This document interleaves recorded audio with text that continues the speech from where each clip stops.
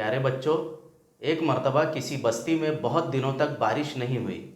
تمام لوگ پریشان ہو گئے۔ کسان فکر مند تھے کہ بارش نہ ہوئی تو کھیتوں میں فصل نہ ہوگی اور فاقوں کی نوبت آ جائے گی۔ ایک دن تمام لوگوں نے طے کیا کہ بستی کے باہر جا کر خدا سے دعا کی جائے۔ سب لوگ بستی سے باہر جانے لگے۔ اس بھیڑ میں ایک بوڑھے نے دیکھا کہ ایک بچی ہاتھ میں چھتری لیے چل رہی ہے۔ بوڑھے نے پوچھا، بارش تو ہو نہیں رہی ہے، تم چھتری کیوں ساتھ لائی ہو؟